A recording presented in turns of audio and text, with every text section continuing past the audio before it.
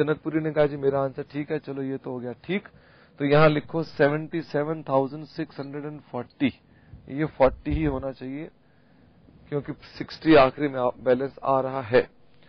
प्रीतम और एक बच्चे ने बोला सर अगर आखिरी में कैश बैलेंस अवेलेबल ना हो, ऐसा हो ही नहीं सकता क्योंकि आपने डबल एंट्री डाल रखी है। अगर कैश कम होगा, जितना ये कैश कम होगा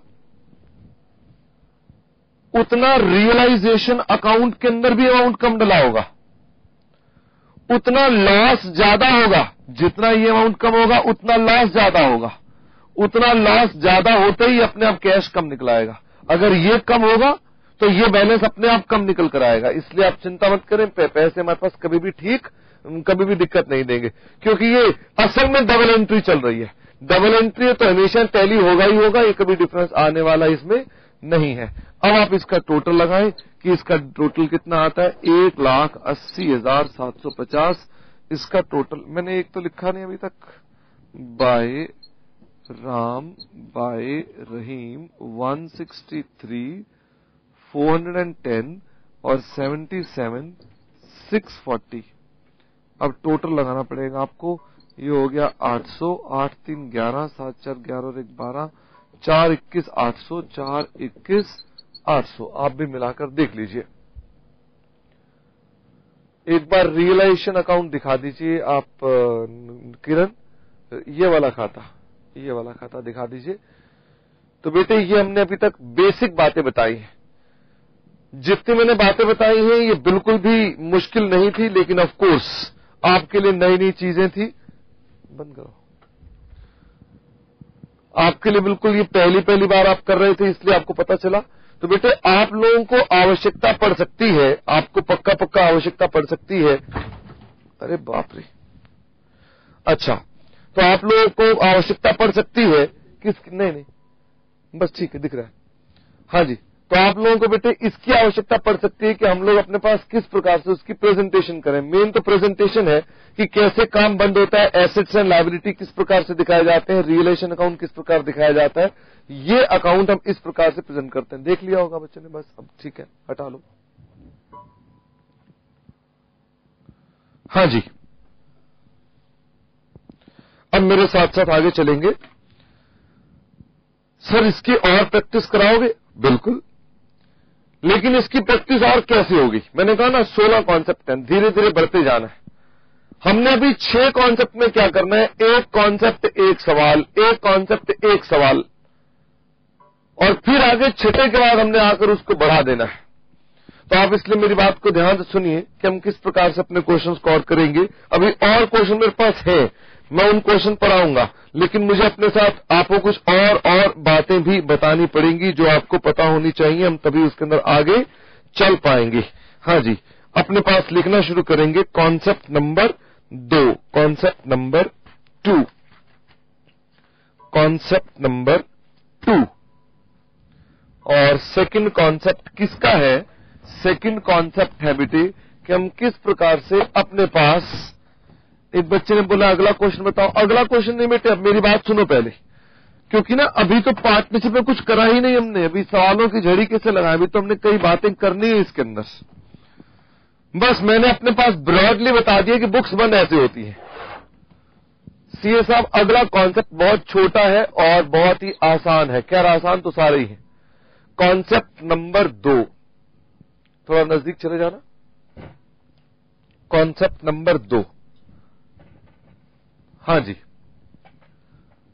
updation and correction of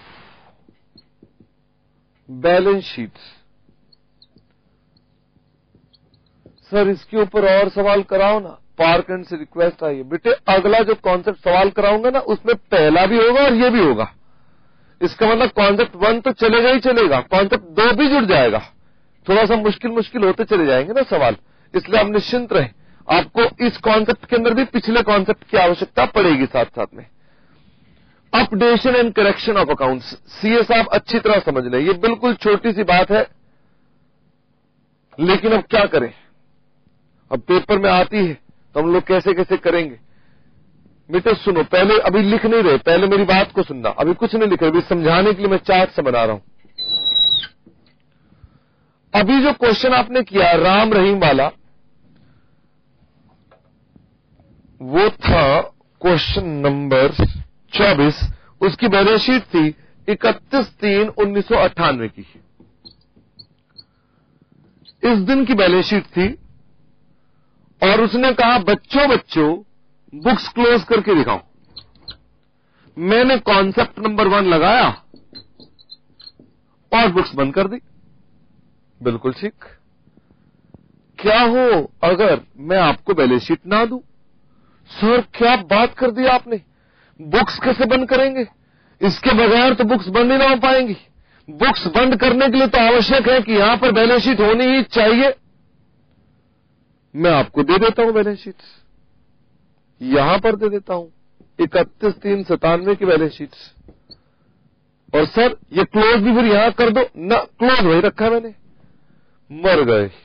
balance sheet कोई बुक्स कभी और बंद करनी है, बुक्स बंद करनी है 31/3/98 को, बैलेंस शीट ये दे रखी है। बाप रे बाप। अब क्या करना पड़ेगा? इस बैलेंस शीट को खींच करके आगे तक ले जाना पड़ेगा और यहां पर बनानी पड़ेगी बैलेंस शीट। जब तक आप ये बैलेंस शीट न बनाएंगे आप बुक्स बंद नहीं कर सकते हैं, क्योंकि आपके पास एक घिसी पिटी पुरानी बैलेंस शीट दे दी उसने। जब मैं अपनी बैलेंस शीट को खींच करके आगे ले जाता हूं, इसे बोलते हैं हम लोग अपडेशन ऑफ अकाउंट्स। इसका मतलब होता है कि आप अपडेशन करेंगे। ऐसे भी सवाल आएंगे बाद में कि यहां दे रखी है बैलेंस शीट और यहां कहता है पार्टनर का एडमिशन कर दो, तो आप पहले बैलेंस शीट को खींचकर कहां ले जाएंगे आगे, फिर एडमिशन करोगे। ऐसा भी हो सकता है कि ये देगा बैलेंस शीट और कहेगा यहां कर दो रिटायरमेंट। अब चैप्टर मत गिनो कि चैप्टर कौन से बन रहे हैं, मेरी बात को सुनते जाओ। बेटे आपने कुछ भी नहीं करना, आपने क्या पढ़ रखा है कुछ नहीं सोचना, मेरे अनुसार चलना है। यहां दे रखी बैलेंस शीट और कहते हैं रिटायरमेंट कर दो, आपको बैलेंस शीट को अपडेट करना पड़ेगा। वो यहां देता है बैलेंस शीट और यहां कहता है डेथ हो गई आदमी की, तो आपको अपडेट करना पड़ेगा। यहां दे रखी बैलेंस शीट, यहां कहता है इसे हमने कंपनी को भेज दिया, सेल टू कंपनी, कोई दिक्कत नहीं है, बैलेंस शीट को यहां तक ले जाना पड़ेगा। इसको बोलते हैं अपडेशन। अब आपके दिमाग में सवाल ये उठेगा, सर हम बैलेंस शीट को आगे खींचकर कैसे ले जाएंगे, अपडेशन कैसे? अभी तक मैंने सिर्फ बताया था अपडेशन क्यों करनी पड़ रही है, क्योंकि पुरानी बैलेंस शीट दे रखी है। अब मैं बता रहा हूं कि ये अपडेशन कैसे की जाएगी। हाँ सर वो तो बता ही देना। सर वैसे और बताओ, और आप कुछ कहना चाह रहे थे? हाँ बेटे मैं ये कहना चाह रहा था। उसने कहा 31/3/98 को ये रही बैलेंस शीट और बुक्स बंद कर दो। आप तो नाचना शुरू हो गए। आपने कहा जी आज ही की बैलेंस शीट है, आज ही बंद करना है, और आप ये भंगड़ा डाल रहे हो, आपकी दोनों बाजुएं ऊपर है। आप क्यों खुश है? आप कह रहे हैं कि बड़े मजे की बात है, आज ही की अपडेट करने की आवश्यकता नहीं है। भगवान भला करे, ये बैलेंस शीट गलत है, रॉन्ग बैलेंस शीट है, बाजुएं नीचे। ओह अगर मान लीजिए ये हमारे पास बैलेंस शीट गलत है, तो अब आपको क्या करना पड़ेगा? अब आपको करेक्शन करनी पड़ेगी, मरम्मत करनी पड़ेगी। इसका मतलब बेटे आपका इंस्टीट्यूट आपको दो समस्याओं में उलझाए रखेगा। बुक्स तो बंद कराएगा ही, कभी आपको बैलेंस शीट देगा ही नहीं, तो आपको खींच कर आगे जाना पड़ेगा, और कभी वो आपको बैलेंस शीट तो दे देगा लेकिन गलत होगी, और कभी कभी 31/3/98 की बैलेंस शीट दे देगा और यहां बुक्स बंद करनी होंगी। ये बैलेंस शीट ठीक भी होगी, अपडेटेड भी होगी। इसको हम क्या बोलते हैं? प्रभु कृपा। ये सवाल प्रभु कृपा वाले हैं। इसका मतलब ये हमारे पास या तो ये सवाल आएंगे या ये आएंगे या प्रभु कृपा वाले सवाल आएंगे। अब प्रभु कृपा वाले सवाल तो बेटे मैंने कर लिया। क्वेश्चन 24 किसका था? प्रभु कृपा वाला सवाल था। लेकिन अब हम और सवाल करने वाले हैं जहां पर प्रभु कृपा आपको नहीं मिलेगी। वहां पर आपको पुरानी बैलेंस शीट मिलेंगी। ठीक है सर, अब आप बताओ कि इसमें हम कैसे कैसे करेंगे। अब आप लिखना शुरू कर सकते हैं। आइए मेरे साथ साथ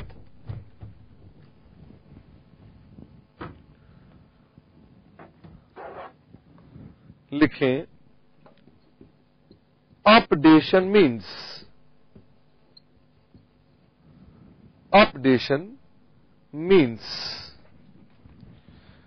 when given balance sheet is of old date, whereas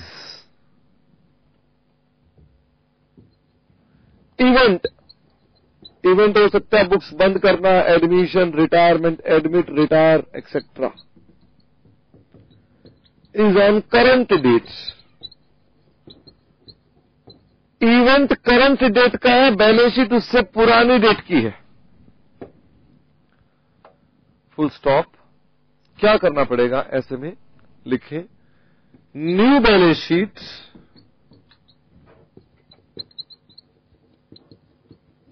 on current date will be drafted. On current dates will be drafted and all assets and liabilities